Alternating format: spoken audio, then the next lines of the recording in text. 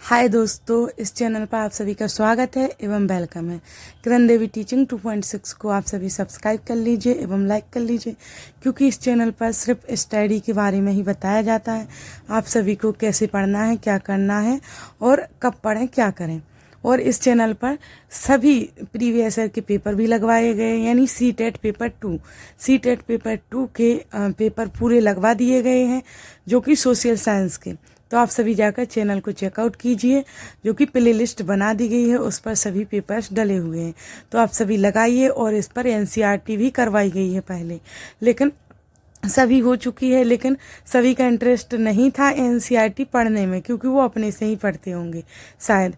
तो मैंने एनसीईआरटी केवल पॉलिटिकल साइंस की रह गई है, तो वो फिर नहीं करवाई, क्योंकि सभी का इंटरेस्ट नहीं था तो नहीं करवाई।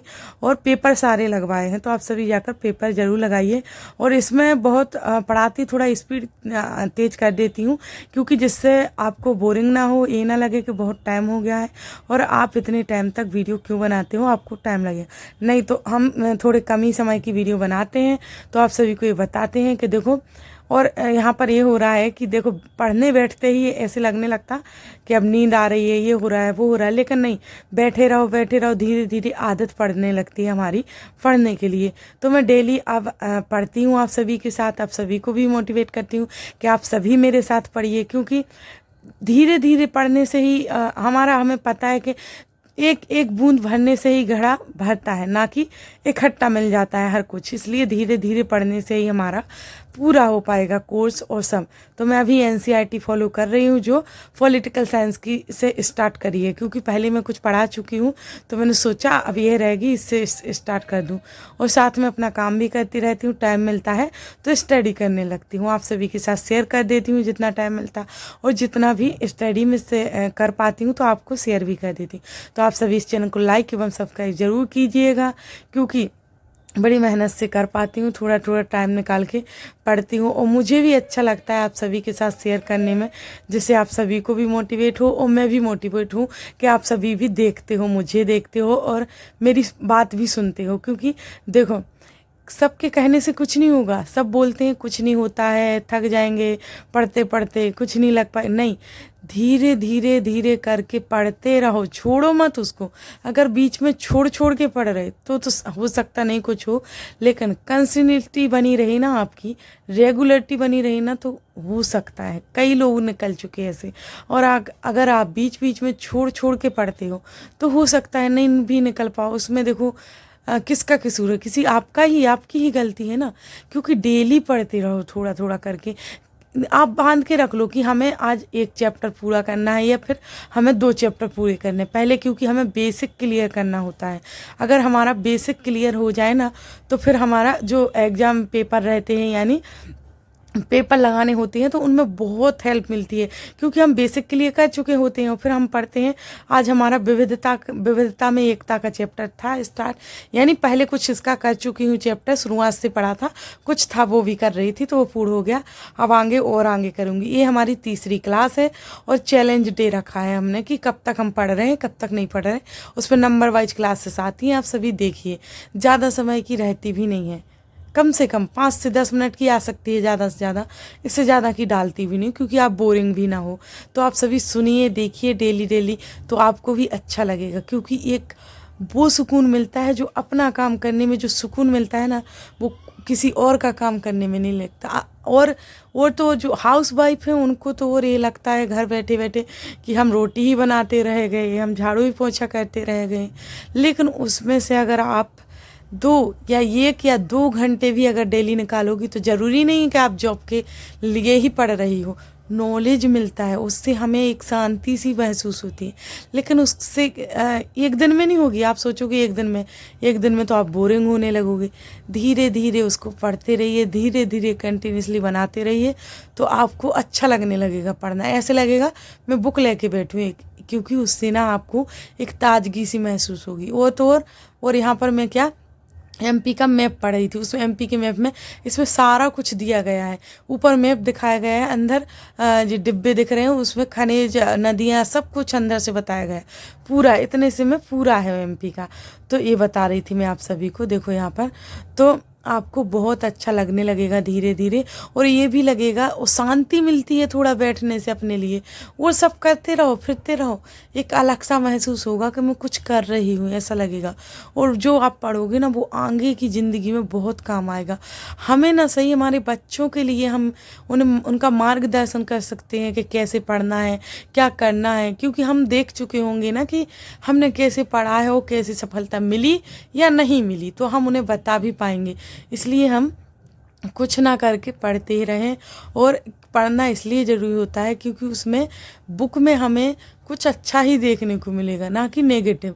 यही मिलेगा कि क्या करना है, इससे क्या होता है, इस चीज़ से क्या नहीं होता है, तो वो अच्छा ही मिलेगा। और जो एग्ज़ाम की तैयारी कर रहे हैं उनको तो बहुत ही अच्छा है, वो तो ज़रूर करें। और देखो, बैठने से कुछ नहीं होगा, है ना। आज ही से स्टार्ट कर दीजिए, जिसने नहीं करा है और जो पढ़ रहे हैं, जो छोड़ चुके थे। मैंने अभी तक बहुत गैप कर लिया था, मैं बहुत गैप करके घर पर बैठी थी, पर मतलब घर के कामों में लगी थी। और मेरी स्थिति, मतलब मेरी तबीयत भी ठीक नहीं चल रही थी, इसलिए तो मुझे लगता था मन में, मैं बहुत परेशान होती थी कि मैं बैठी हूँ, मैं कुछ नहीं कर रही हूँ। दिमाग ख़राब होता था कि इससे अच्छा तो मैं पढ़ ही रही थी। ये वो ये इसलिए हो रहा था कि मैं प्रेग्नेंट हो गई थी।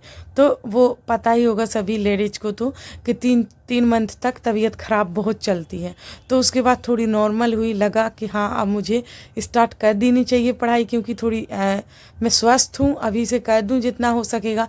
क्योंकि कंटिन्यूसली रहेगी तो हमारा जो पढ़ा हुआ है वो नहीं जाएगा, वो हमारे माइंड में रहेगा।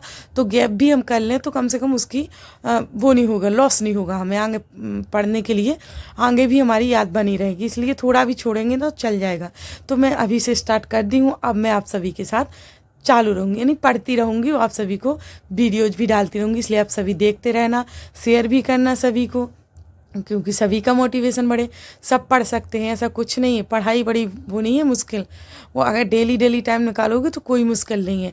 हम ज़्यादा से ज़्यादा 1 मंथ में 1 बुक आराम से कर सकते हैं। नहीं, सब बोलते हैं 10 दिन में कर लेंगे, 20 दिन में कर लेंगे। हाँ कर लेंगे, जो 12 घंटे बैठे रहते हैं पढ़ने के लिए, वो तो 5 दिन में 10 दिन में क्लियर कर ही लेंगी। लेकिन जो हाउसवाइफ हैं या जो जॉब्स कर रहे हैं, जो काम कर रहे हैं अपना, जो खेतों में कर रहे हैं, तो उनको टाइम नहीं मिल पाता है इतना। उनका एक ही मंथ में 1 बुक हो पाती है, क्योंकि उन्हें कभी 1 चैप्टर ही मिल पाता, कभी आधा ही, कभी 2 चैप्टर, इतना सा पढ़ते हैं। इसलिए उनको टाइम लग सकता है।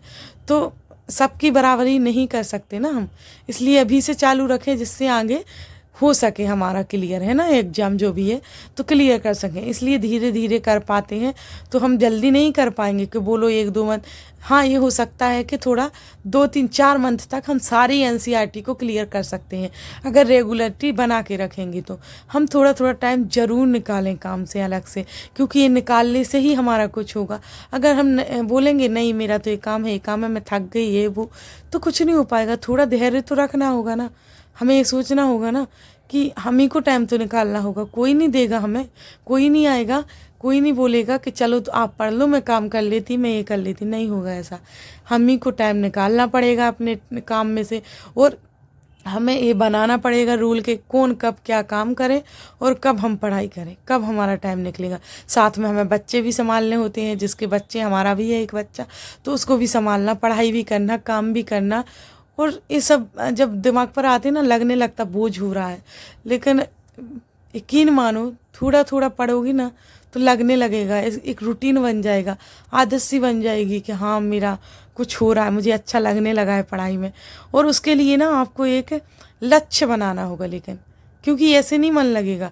एक लक्ष्य होना चाहिए कि ये मैं करूँगी, इससे मेरा आगे ये होगा और ये मेरे लिए बहुत अच्छा है, तभी आपका कुछ होगा। अब मेरी बीएड हो चुकी है, एमएड चल रही है, और बस मैं एग्ज़ाम की तैयारी कर रही हूँ, वो भी टीचर्स एग्ज़ाम की, कि जो भी एमपी में टीचर्स की वैकेंसी निकलेगी उसमें मैं फॉर्म भर पाऊँगी। और नेट का भी मैं फॉर्म भर पाऊँगी, एमएड कर रही हूँ तो नेट का भी एलिजिबिलिटी टेस्ट होता है जो, वो भी कर पाऊँगी, सीटेट भी कर पाऊँगी। ऐसे बहुत से टेस्ट होते हैं, पेपर होते हैं जो मैं फॉर्म भर सकती हूँ, फिल कर सकती हूँ। लेकिन उसके लिए मेरी तैयारी नहीं होगी तो मैं किस लिए भर पाऊँगी, फिर मेरा किस काम का वो फॉर्म भरना या पढ़ाई करना, इसलिए धीरे धीरे करती रहूँगी। तो भरूँगी तो उससे मुझे नॉलेज तो होगा, कम से कम मैंने इतना पढ़ा, मुझे कितना काम आया, तो मैं आगे भी इम्प्रूव हो पाऊँगी, आगे भी सारे पेपर लगाऊंगी। अभी तो मेरी पढ़ाई चल रही है, अभी तो मैं पूरी पढ़ाई करूँगी। एग्ज़ाम नज़दीक आने लगेगा तो फिर मैं पेपर भी लगवाने लगूँगी, और पेपर तो आप सभी को भी शेयर करूँगी, आप सभी के साथ भी लगाऊंगी। और इस चैनल को आप सभी लाइक सब्सक्राइब